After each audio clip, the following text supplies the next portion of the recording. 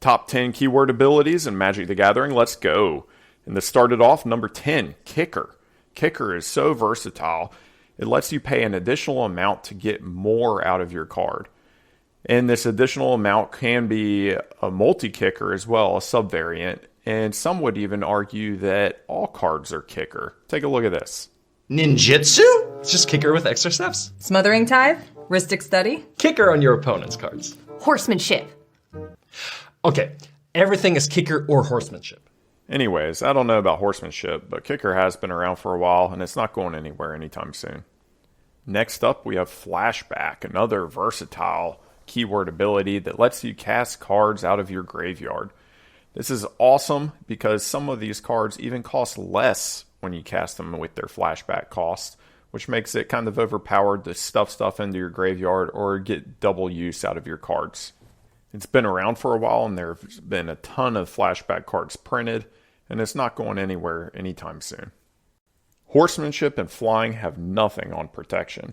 When it comes to keyword abilities that you use for evasion, protection is about as good as you can get. The easy way to remember what it can do is using the acronym DET. It prevents damage, equipment enchanting, blocking, and targeting from the specified source. There's a lot of different sources that can be named, whether it's colors, everything, tribes, and card types. It's been around since alpha, and it's not going anywhere anytime soon. So pick yourself up some protection cards as the most powerful evasion keyword. Next up, we have everybody's favorite, Infect. It changes the game by making creatures deal perpetual damage in the form of -1/-1 counters, and it also provides an alternate win con of just getting 10 poison counters on another player. There are several bombs in here that have Infect and just terrorize opponents. This is why Infect is one of the saltiest on this list, because people just don't like playing against Infect sometimes and being surprised by Infect for sure. Number 6 is Annihilator. It causes the defending player to sacrifice X permanents when it attacks, and Annihilator can be anywhere between 1 and 6 typically on cards. And they're printed on bombs. All of them are creatures except for one enchantment, and there's a very limited number printed, and Rosewater says that it's not likely that he'll be printing these again.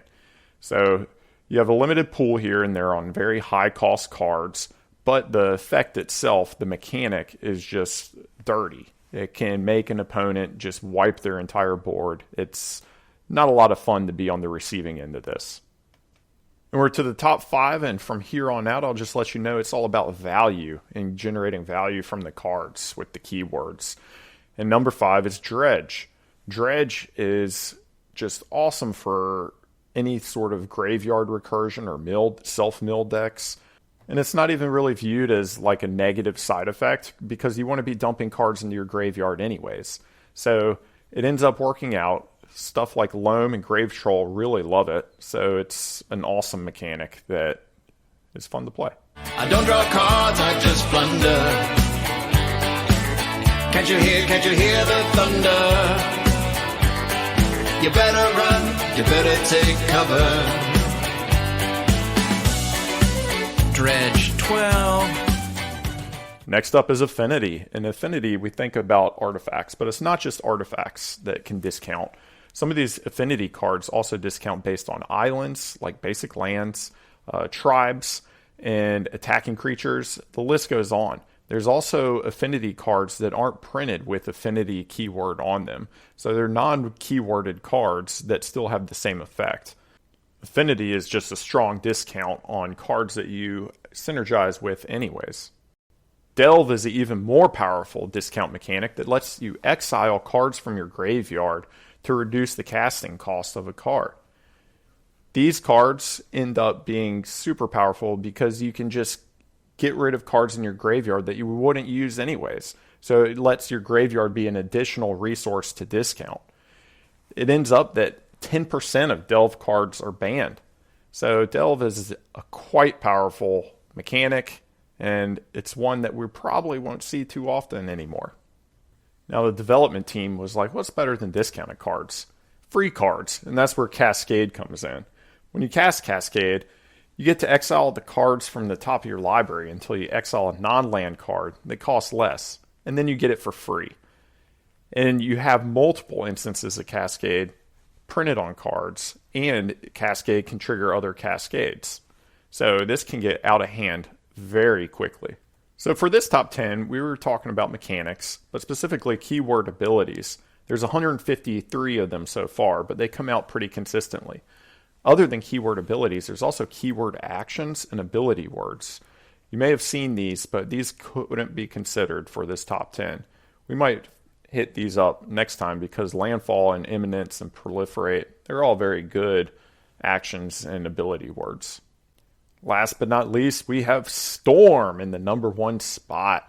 We talked about how powerful getting something at a discount is. Well, these ones are free as well, just like Cascade, but you get to copy the card for each spell that you played before it.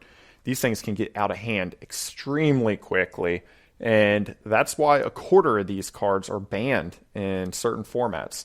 So these ones are the undisputed number 1 keyword ability in Magic the Gathering.